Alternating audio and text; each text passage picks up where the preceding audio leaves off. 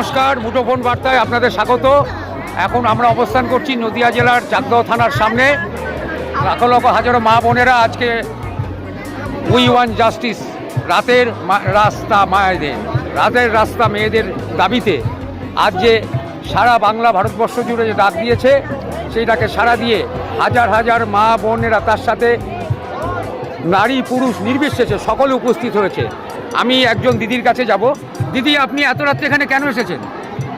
আরজি করে যে ঘৃণ্যতম নক্কারজনক ঘটনা ঘটে গেছে, মহিলা ডাক্তারের যে প্রাণহানি হয়েছে এবং ধর্ষণ হয়েছে, তার বিরুদ্ধে স্বতঃস্ফূর্ত প্রতিবাদে আমি এখানে এসেছি।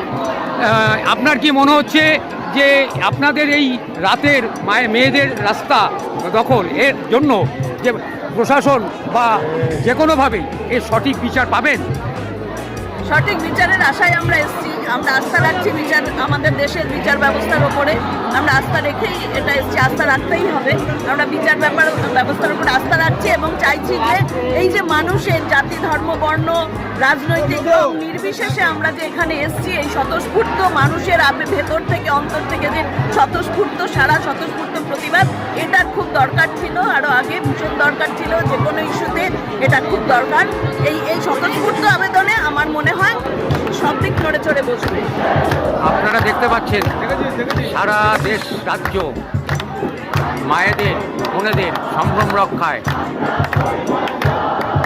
মেয়েদের রাতের অধিকার পথে নেমেছে সিলেটের জেলার চাকদহ থানার সামনে। স্বতঃস্ফূর্তভাবে হাজার হাজার নারী পুরুষ নির্বিশেষে স্বতঃস্ফূর্তভাবে উপস্থিত হয়েছেন।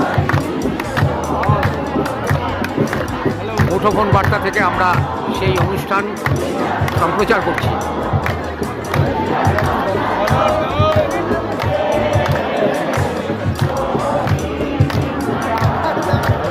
আপনারা দেখছেন স্বতঃস্ফূর্তভাবে হাজার হাজার নারী পুরুষ আজ আরজি করে যে মহিলা ডাক্তারকে নৃশংসভাবে ধর্ষণ করে খুন, তার প্রতিবাদে, তার ন্যায্য বিচারের দাবিতে, সঠিক বিচারের দাবিতে সবার একটাই দাবি, সেই একই দাবিতে আজ দেখুন কত মানুষ পথে নেমেছে।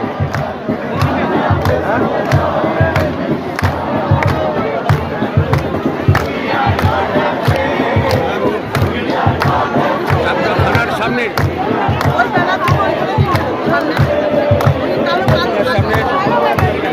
চারটে রাস্তায় পুরো অবরুদ্ধ।